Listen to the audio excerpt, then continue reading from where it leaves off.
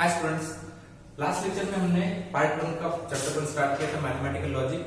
तो last lecture में जो भी हुआ मैं आपको एक बार रिवाइज करके देता हूँ। फिर नेक्स्ट टॉपिक जो मैंने जैसे बताया था आपको लास्ट लेक्चर में कि नेक्स्ट टॉपिक हम देखने वाले simple statement and compound statement.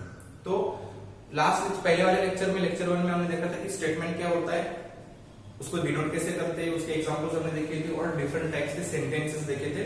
और स्टेटमेंट की ट्रूथ वैल्यू क्या होती है हमने देखा था कि अगर स्टेटमेंट ट्रू है तो उसकी ट्रूथ वैल्यू ट्रू होती है, उसको हम टी से डिनोट करते हैं। और स्टेटमेंट अगर फॉल्स है तो उसकी ट्रूथ वैल्यू फॉल्स होती है और उसको हम एफ से डिनोट करते हैं। तो नेक्स्ट टॉपिक है simple statement.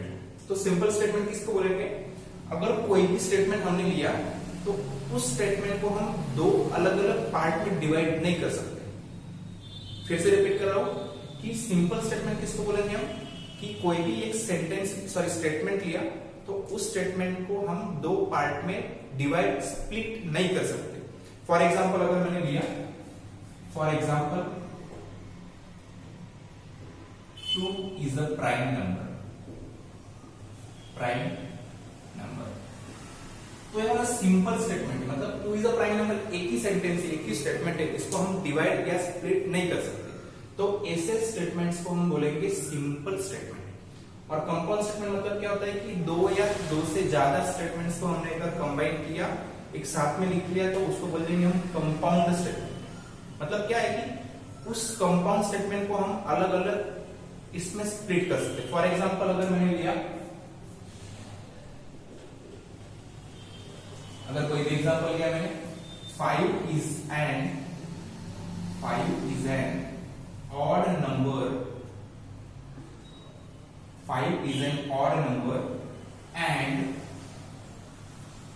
6 is an even number। तो देखो मैंने यहाँ पे क्या किया है, 5 is an odd number and 6 is an even number, ये स्टेटमेंट दिया। तो अगर देखा मैंने कि 5 is an odd number यहां से लेकर यहां तक एक स्टेटमेंट दिया है, बीच में एंड यूज किया है और बाद में 6 इज एन इवन नंबर, ये वाला स्टेटमेंट। मतलब अगर मैं क्या कर सकता हूँ कि ये पूरे स्टेटमेंट को दो पार्ट में हम स्प्लिट कर सकते हैं। मतलब फर्स्ट पार्ट है 5 इज एन ऑड नंबर और सेकंड पार्ट है 6 इज एन इवन नंबर। मतलब क्या, कोई भी स्टेटमेंट को अगर मैं या दो से ज्यादा पार्ट में स्प्लिट कर सकता हूँ, डिवाइड कर सकता हूँ, तो उसे बोलेंगे हम कंपाउंड स्टेटमेंट। ठीक है, ये वाला जो भी स्टेटमेंट है इसकी ट्रूथ वैल्यू टी है। तो अगर ये से कंपाउंड स्टेटमेंट है और कंपाउंड स्टेटमेंट की अगर हमें ट्रूथ वैल्यू निकालनी होती है तो यहाँ पे ये वाले दो स्टेटमेंट को एंड से कनेक्ट किया है। तो ऐसे लॉजिकल कनेक्टिव्स करके टॉपिक है। लॉजिकल कनेक्टिव्स कहाँ पे यूज होते हैं, कंपाउंड स्टेटमेंट। मतलब दो या दो से ज्यादा स्टेटमेंट्स को अगर हम कनेक्ट करते हैं, ज्वाइन करते हैं, ज्वाइन करने के लिए कनेक्ट करने के लिए कनेक्टिव्स चाहिए। तो एंड और ऐसे टोटल 5 कनेक्टिव्स है जो हम अभी देखने वाले हैं। और उसकी ट्रूथ वैल्यू निकालने के लिए हमें ट्रूथ टेबल देखना पड़ता है हर कनेक्टिव का। तो पहले हम ट्रूथ टेबल देखेंगे, उसके बाद में हम कनेक्टिव्स को स्टार्ट करेंगे। तो हमारा नेक्स्ट टॉपिक है truth value, sorry truth table. Truth table हम देख रहे हैं कि कोई भी कंपाउंड स्टेटमेंट की अगर मुझे ट्रूथ वैल्यू निकालनी है तो उसके लिए हमें उस कनेक्टिव्स के ट्रूथ टेबल पता होना चाहिए। तो हम मतलब जनरल जो भी ट्रूथ टेबल होते हैं देखते हैं। मैंने पहले लेक्चर में बोला था कि statements are denoted by PQR। मतलब मैंने कोई भी अगर एक स्टेटमेंट ली तो उसके दो पॉसिबल ट्रूथ वैल्यू थे। एक तो वो स्टेटमेंट ट्रू हो सकती है या वो स्टेटमेंट फॉल्स भी हो सकता है। मतलब एक स्टेटमेंट अगर लिया, कोई भी स्टेटमेंट अगर ली तो उसके दो पॉसिबल ट्रूथ वैल्यूज है, आइदर इट इज ट्रू और फॉल्स। अगर मैंने अभी कंपाउंड स्टेटमेंट देखा मतलब एक से ज्यादा स्टेटमेंट होंगे P Q। अगर मैंने दो स्टेटमेंट्स लिए P एंड Q, तो दोनों को अगर मैंने कनेक्टिव से ज्वाइन किया और उसकी ट्रूथ वैल्यू अगर हमें पूछते हैं तो P और Q, ऐसे मैंने दो स्टेटमेंट्स लिए। तो आगे जो भी टॉपिक्स है सब इसमें मैं ट्रूथ टेबल निकाले। तो ये जो मैं अभी ट्रूथ टेबल बता रहा हूं हर एग्जांपल में, हर ट्रूथ टेबल में हमें लेना ही है 1 2 3 4। तो देखो कैसे करेंगे कि अगर पहला वाला स्टेटमेंट ट्रू है तो दूसरा ट्रू भी हो सकता है, दूसरा फॉल्स केस होता है। यहां पे फॉल्स लिखते हैं, यहां पे फॉल्स। मैं बाद में बताऊंगा आपको कैसे ध्यान में रखना है, बस पहले समझ लो आप। देखो मैं पहले आपको पॉसिबिलिटीज बता देता हूं सब, फिर उसके बाद में ट्रूथ टेबल को कैसे ध्यान में रखना है वो बताऊंगा।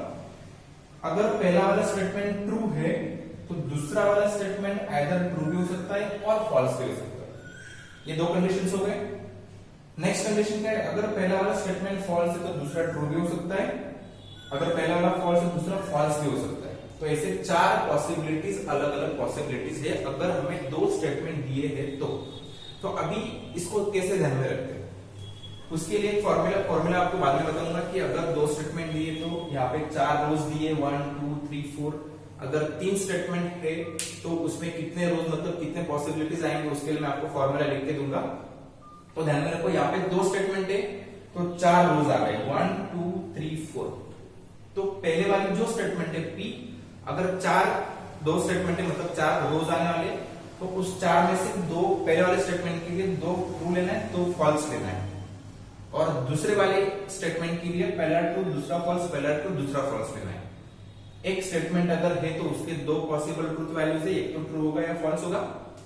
अगर दो स्टेटमेंट मैंने लिए P एंड Q तो उसके लिए चार पॉसिबल कंडीशन से पॉसिबिलिटीज है, तो पहले वाले स्टेटमेंट के लिए दो ट्रू ले लो, दो फॉल्स ले लो, और दूसरे वाले स्टेटमेंट के लिए ट्रू फॉल्स ले लो। अगर आपको तीन स्टेटमेंट अगर दिए हैं PQR, तीन स्टेटमेंट अगर हमें दिए हैं तो कितने पॉसिबिलिटीज आएंगे मतलब ट्रूथ वैल्यूज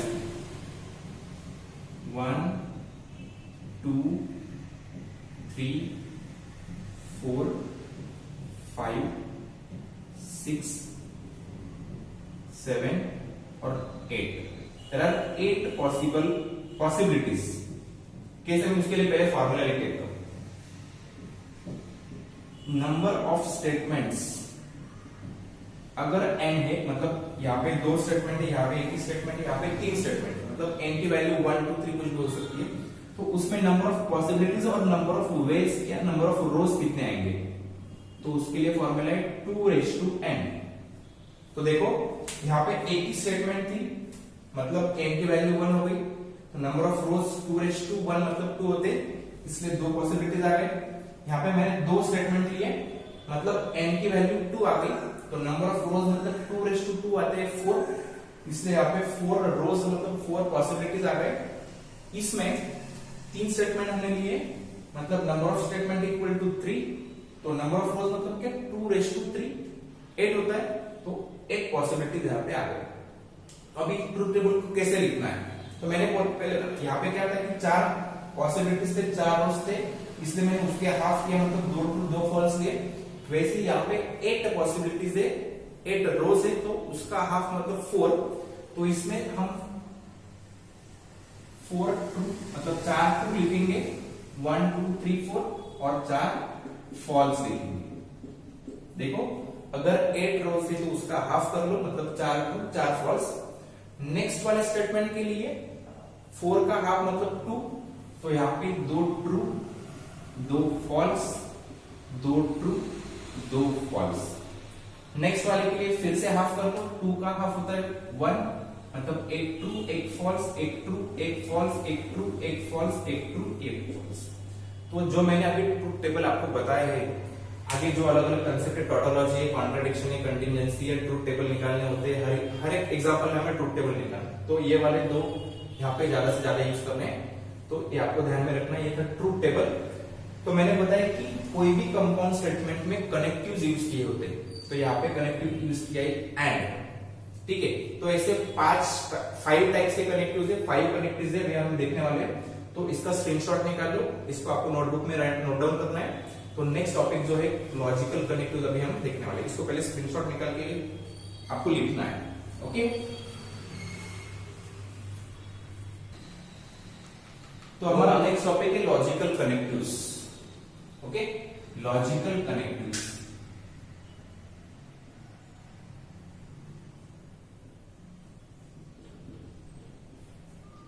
तो उसमें फर्स्ट वाला कनेक्टिव है एंड। जैसे हमने कंपाउंड स्टेटमेंट जो कंसेप्ट देखी उसमें एग्जांपल दिया था मैंने, उसमें एंड को मैंने सर्कल किया था, मतलब वहां पे दो स्टेटमेंट्स को कनेक्ट करने के लिए एंड यूज किया था।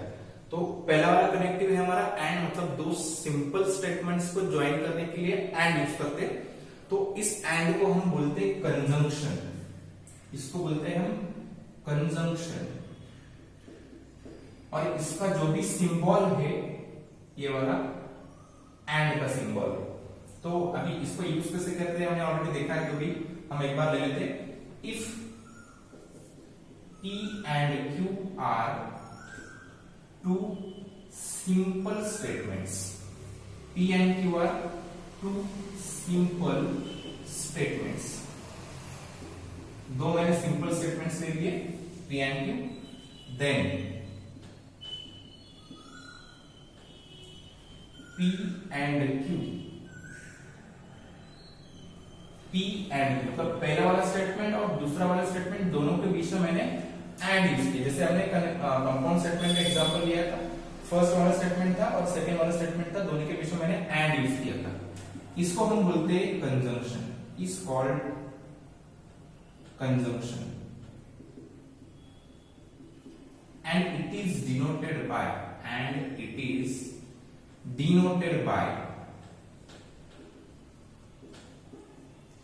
P, मैंने सिंबल ऊपर दिया है P एंड Q, इसको हम ऐसे डिनोट करते हैं।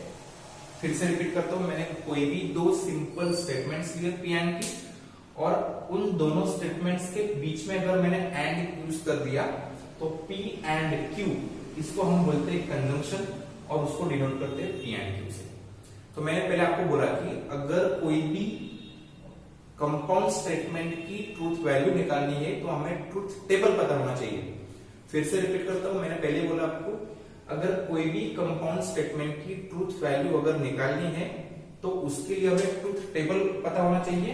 तो जो भी 5 कनेक्टिव्स हम देखने वाले हैं उसके लिए अलग अलग ट्रूथ टेबल्स है, तो उसका हम ट्रूथ टेबल देखते हैं।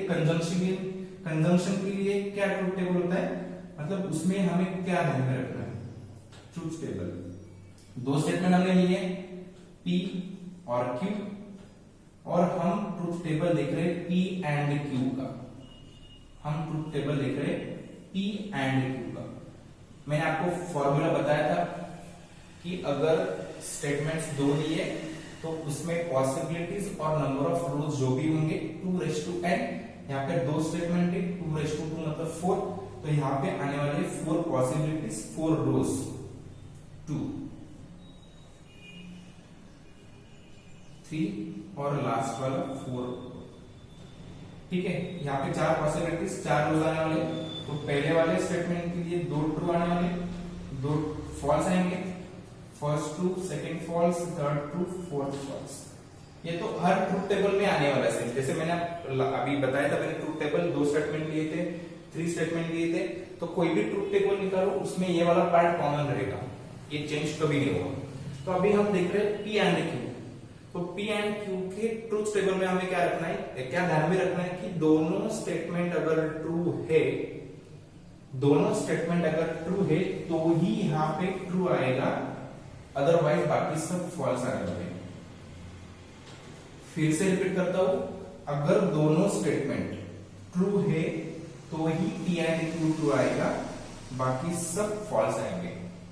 बस इस ट्रूथ टेबल में हमें एक ही ध्यान में रखना है, अगर दोनों ट्रू है तो ही ट्रू लो, बाकी सब कंडीशंस पॉसिबिलिटीज जो है सब इसमें फॉल्स आने वाला है। तो ये था हमारा फर्स्ट कनेक्टिव एंड। तो इसके बाद में सेकेंड कनेक्टिव है और, सेकेंड कनेक्टिव जो भी है और, उसको बोलते हैं हम डिसजंक्शन, इसको बोलते हैं कंजंक्शन, उसे हम बोलते हैं डिसजंक्शन,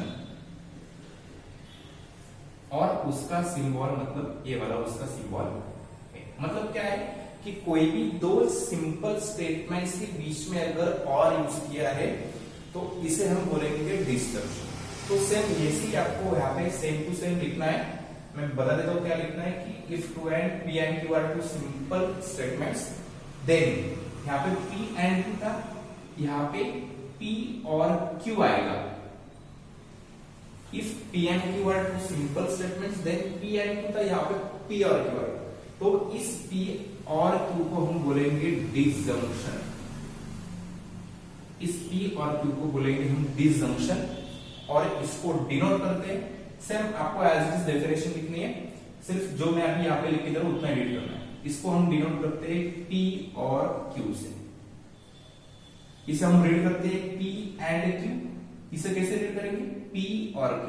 अभी आपको कंफ्यूजन कहाँ पे होता है? अभी ठीक है मैंने बता दिया तो आपको यहाँ पे अभी ध्यान रहेगा, पर बाद में कंफ्यूजन ऐसा होता है कि ये P एंड Q है या P और Q, इसमें कंफ्यूजन होता है। तो एक मैं आपको बता देता हूं, एंड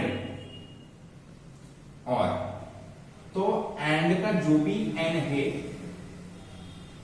इसका सिंबल होगा ए, और का जो है इसका सिंबल होगा। तो इसमें आपका कंफ्यूजन नहीं होगा।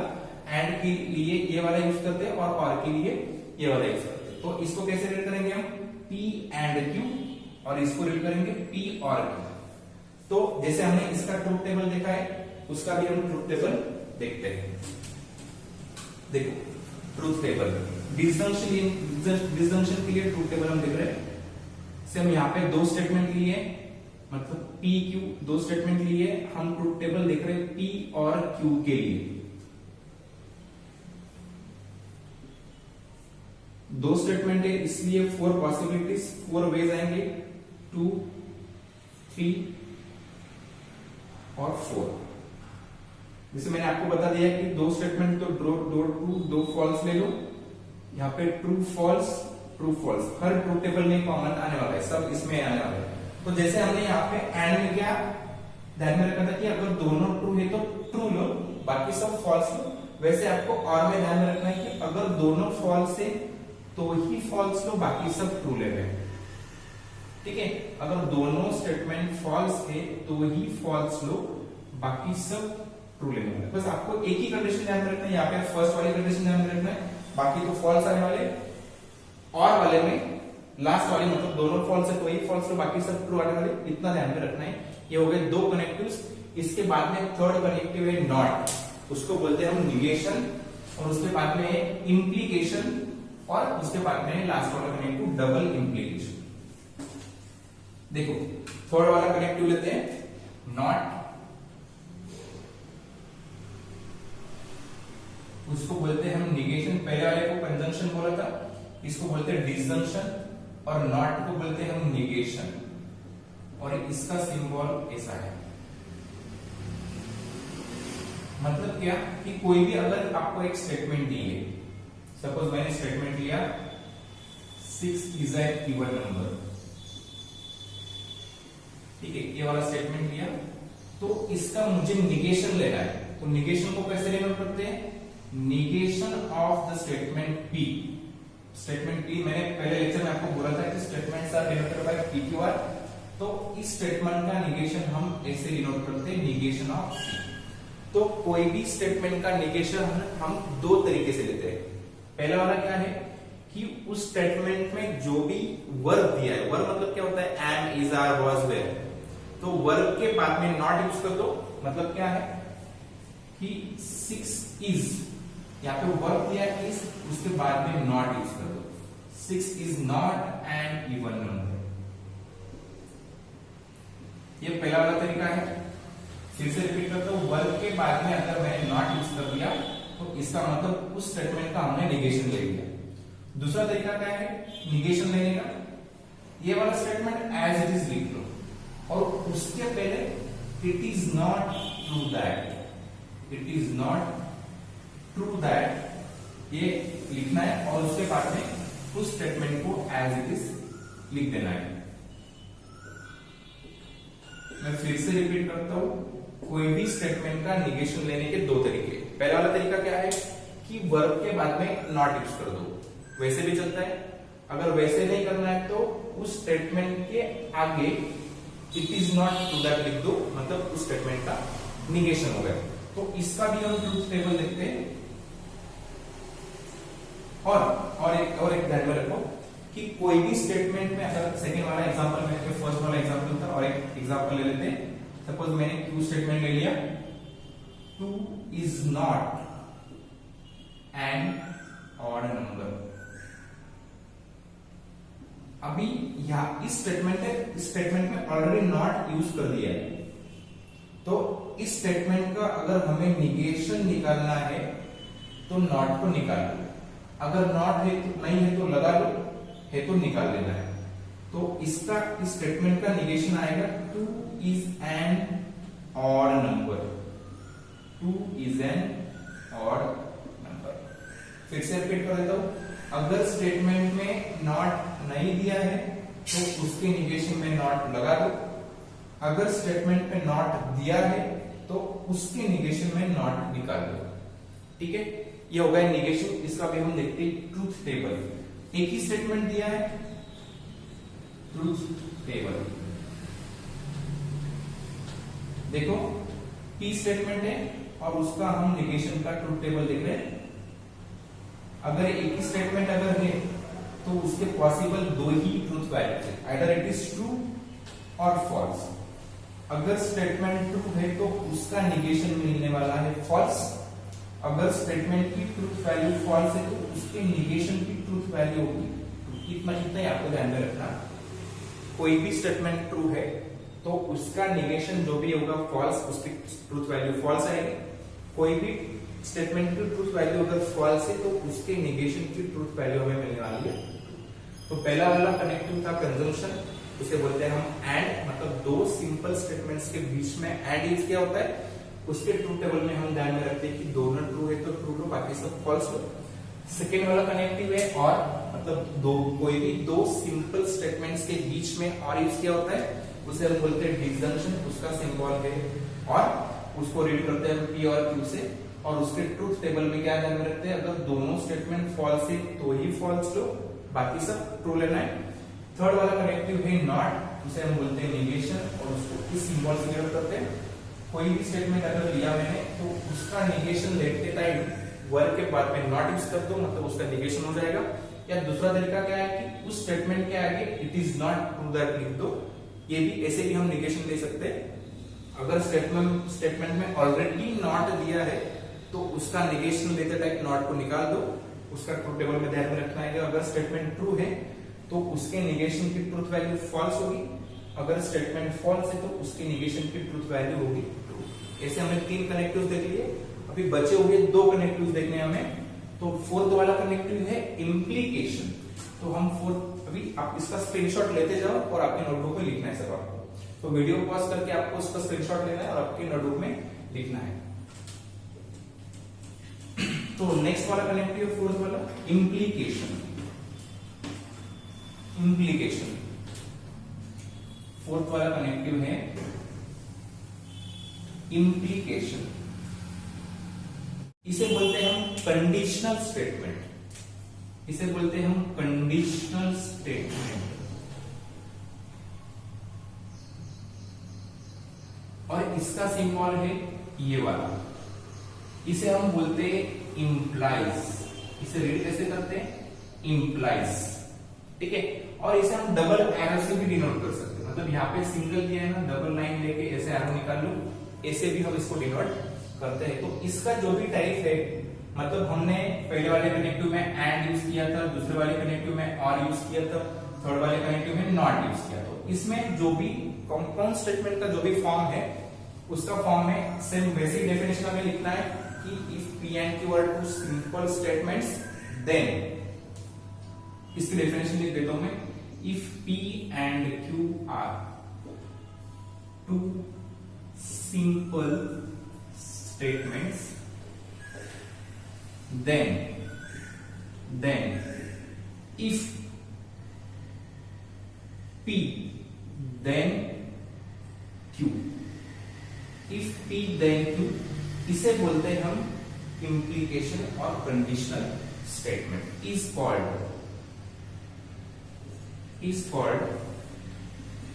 implication, and it is denoted by P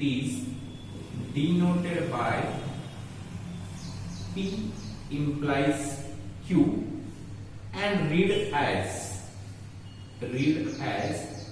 P implies Q। तो अगर अभी देखो इस स्टेटमेंट का फॉर्म कौन सा है, दो स्टेटमेंट हमें दिए P and Q.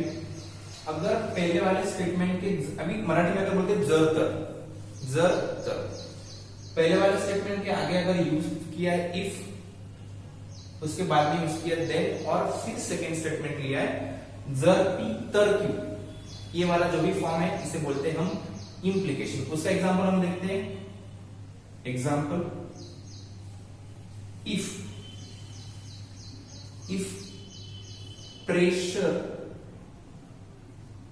increases then volume decreases।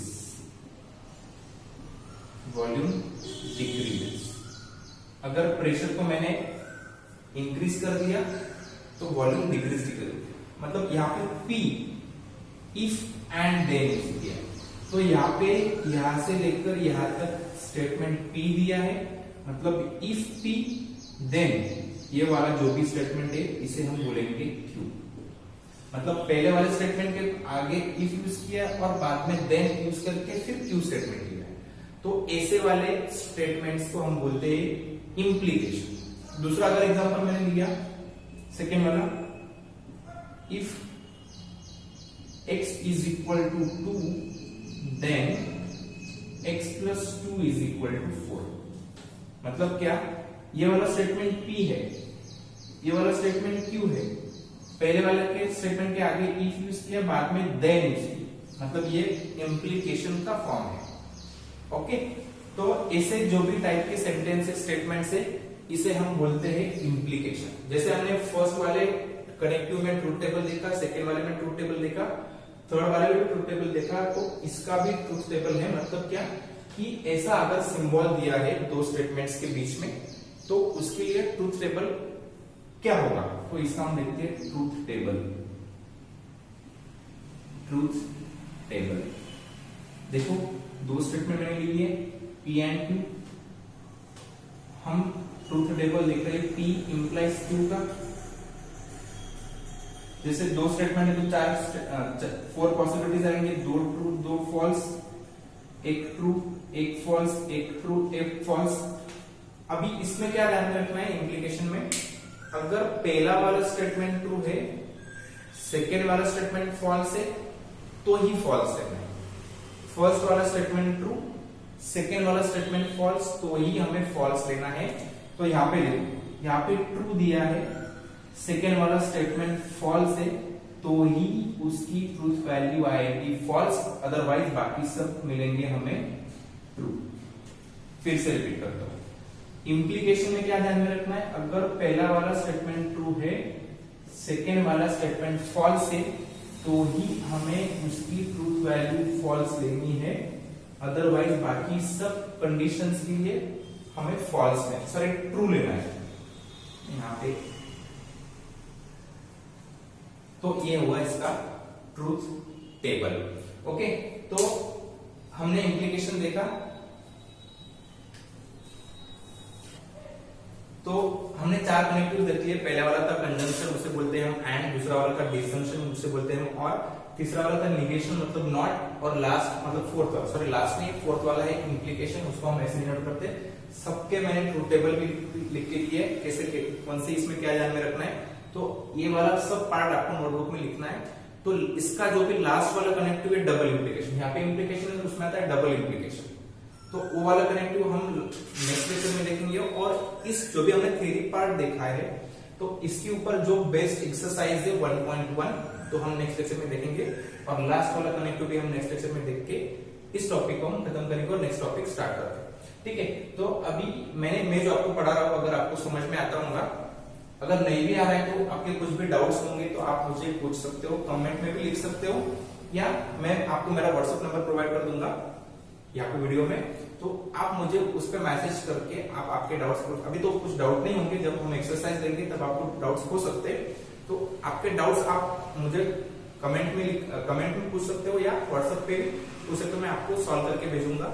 अगर नहीं भी समझ में आता है तो भी आपको कॉल पे मैं एक्सप्लेन कर सकता हूँ। तो नेक्स्ट टॉपिक हम नेक्स्ट लेक्चर में देखेंगे, अभी आज के लिए इतना काफी है। Thank you.